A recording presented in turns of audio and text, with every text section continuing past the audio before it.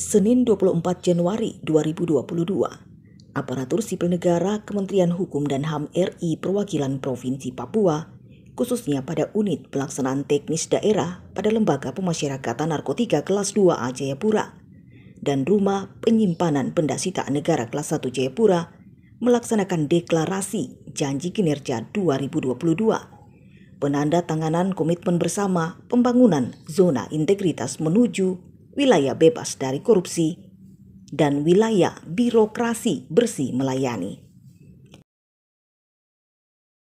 Rangka mewujudkan Kemenkumham semakin pasti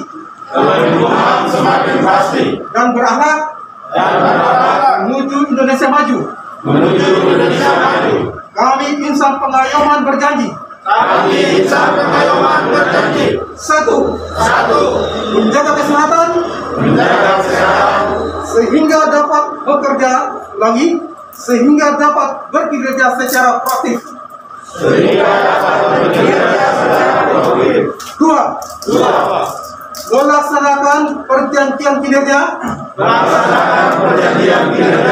secara berkualitas dan akuntabel.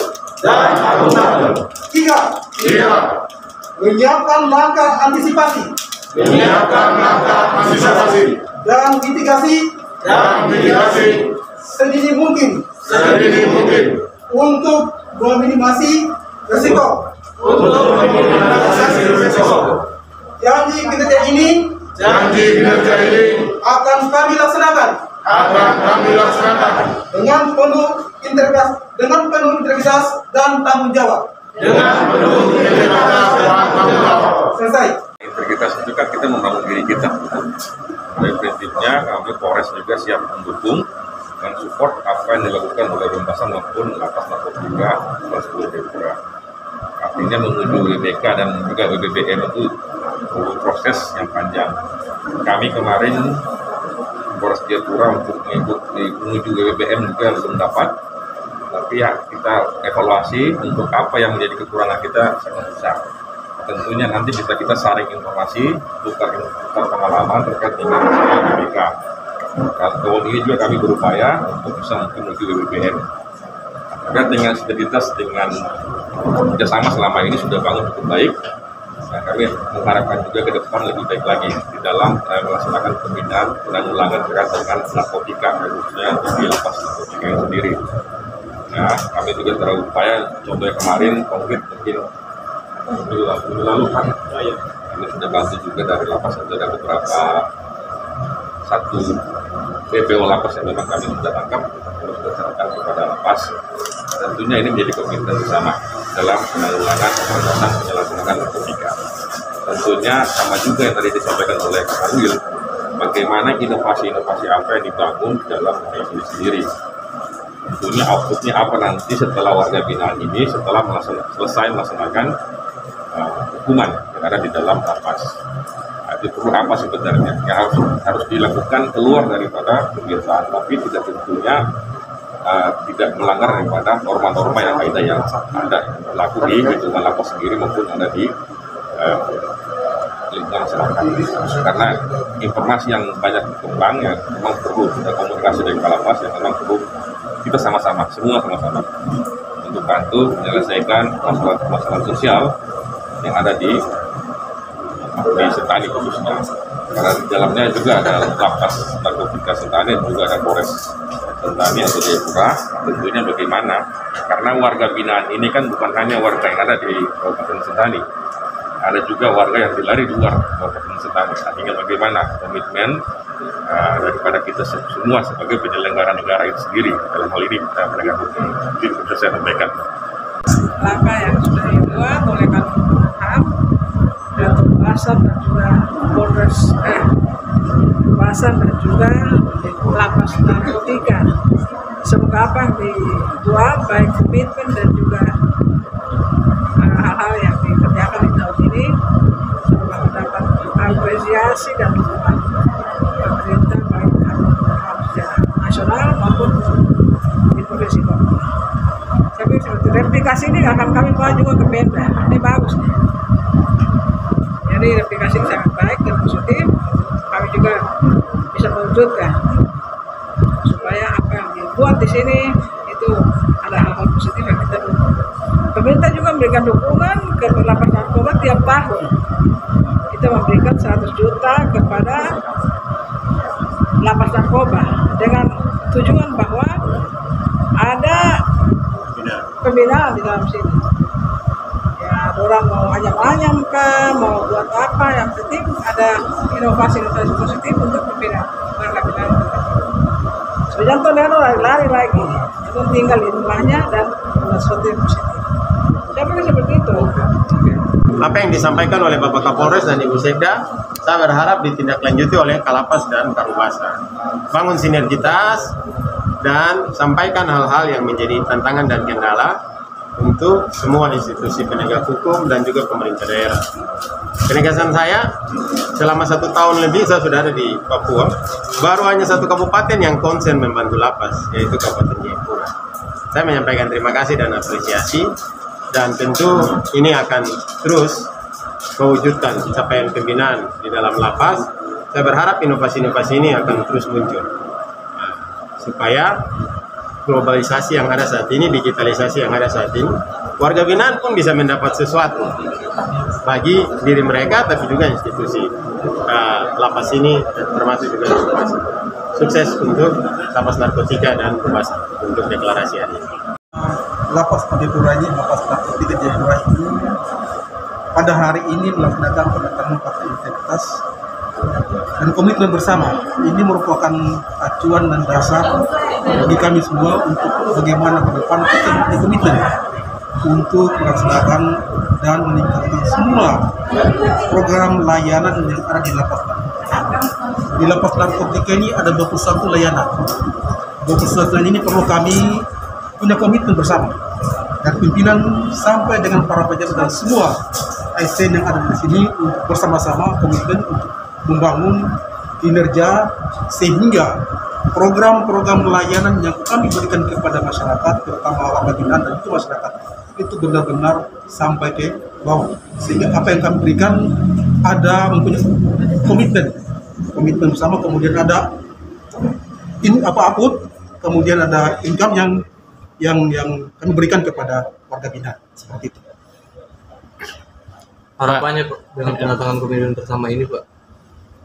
Harapan kami untuk menuju ke sana perlu kerja keras, apalagi untuk menuju wilayah bebas korupsi dan juga wilayah bersih melayani. Memang perlu kerja keras dan dukungan daripada pegawai dan semua ASN yang ada itu untuk sama-sama kita komitmen bersama untuk melaksanakan dan meningkatkan layanan yang ada pada sini.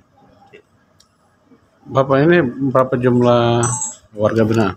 Kalau untuk lapas narkotika ini kapasitas 308, sampai dengan hari ini berjumlah 543 orang di dalam. Ada juga sebagian di Polres, ada juga di Polresta, dan ada juga sebagian di Badan Narkotik Provinsi, dan juga ada juga di Polda, dan juga ada juga di Polres Kerong. Itu menjadi tanggung jawab kami untuk kami memberikan, walaupun mereka ada di sana, tapi berkas-berkas ada di kami memiliki kewajiban untuk memberi makan kepada mereka. Nanti kalau sudah pelimpahan ke pengadilan, ya kepolisian harus segera bergeser ke si lapas dengan catatan dia harus bebas COVID. Seperti itu. Pembinaannya seperti apa? Pembinaan yang selama ini untuk tahun 2022 ini, sementara kami sudah menyusun program kegiatan, namun karena karena COVID, kemudian ada beberapa program kegiatan yang dibintang oleh pemerintah sehingga kami belum bisa laksanakan kegiatan program pembinaan. Mudah-mudahan dalam semester 2 ke depan atau mungkin dalam semester ini ke depan 2 atau 3 mungkin blokiran anggaran yang oleh pemerintah itu bisa dibuka, sehingga program-program kami, baik program untuk rehabilitasi, karena tahun ini kami dapat jatah program rehabilitasi sebanyak 100 orang, dan juga program kegiatan untuk pembinaan kemandirian itu juga kami dapat, cuma sementara lagi diblokir, jadi kami belum bisa berbuat banyak. Cuma program kegiatan kami sudah rancang, saya baru menunggu dibuka blokirnya itu baru kami bisa lakukan kegiatan, karena kegiatan melibatkan keuangan yang harus kita belanjakan untuk kebutuhan kegiatan. Baik, Pak Kepala, makasih. Oke. Ini sekarang satu ini. Ini seperti apa, Bu? Iya, baik. Kegiatan penandatanganan pembangunan zona integritas dan deklarasi kesejahteraan ini, kami berharap kegiatan ini bukan merupakan kebiasaan atau seremonial yang dilakukan setiap tahun, tetapi apa yang tadi sudah dibacakan dan diucapkan itu serta apa yang ditandatangani itu betul-betul boleh dilaksanakan di Rubasan Kelas 1 Jayapura. Nah, dalam hal ini untuk mewujudkan itu tentu perlu ada komitmen bersama. Harus ada perubahan mindset dan komitmen bersama untuk kedepannya bagaimana supaya Rubasan Kelas 1 Jayapura ini boleh memperoleh predikat wilayah bebas korupsi nanti. Hubungan kami selama ini dengan instansi terkait, kami terus membangun koordinasi serta sinergitas antara pihak Rubasan dengan pihak kepolisian dan kejaksaan serta instansi terkait lainnya, di mana proses penyimpanan benda sitaan setelah adanya koordinasi yang terus-menerus kami lakukan ini bisa berjalan dengan baik dan kami punya hubungan bisa terlaksana dengan baik. Ini berapa nilai negara yang dirugikan kalau di hasil sitaan yang terkait yang dikelola itu yang saat ini?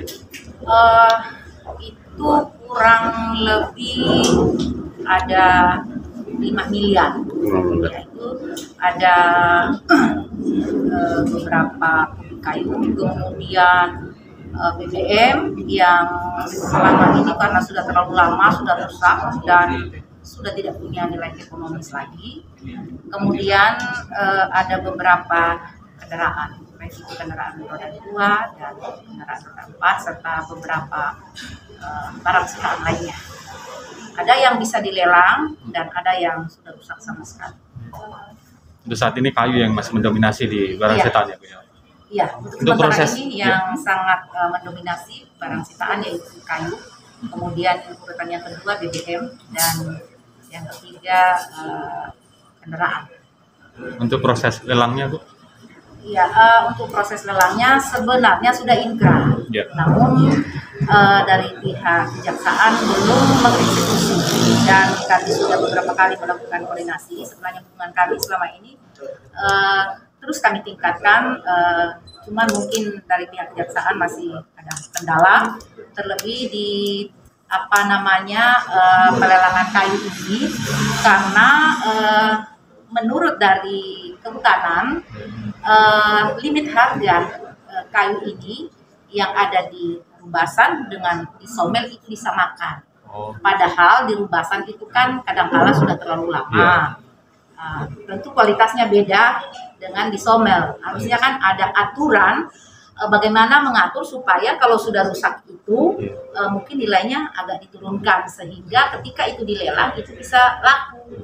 Nah sekarang ini kadang-kala sudah dilelang tidak laku karena harganya sama. Tentu kan orang nggak mau membeli, orang mending membeli yang di Somel seperti itu. Nah ini mungkin ada masukan kepada pihak kehutanan juga supaya mungkin ada satu aturan untuk bagaimana supaya nilai yang ada di Rubasan yang mungkin sudah rusak itu mungkin harganya agak dikurangi. Saat ini berapa kubik kayu? Kubik kayu berapa? Kubik kayu sekitar 100, kurang lebih 100. Dalam bentuk kayu blok ya? Atau sudah kayu bantal ya? Ada kayu berupa balok alat.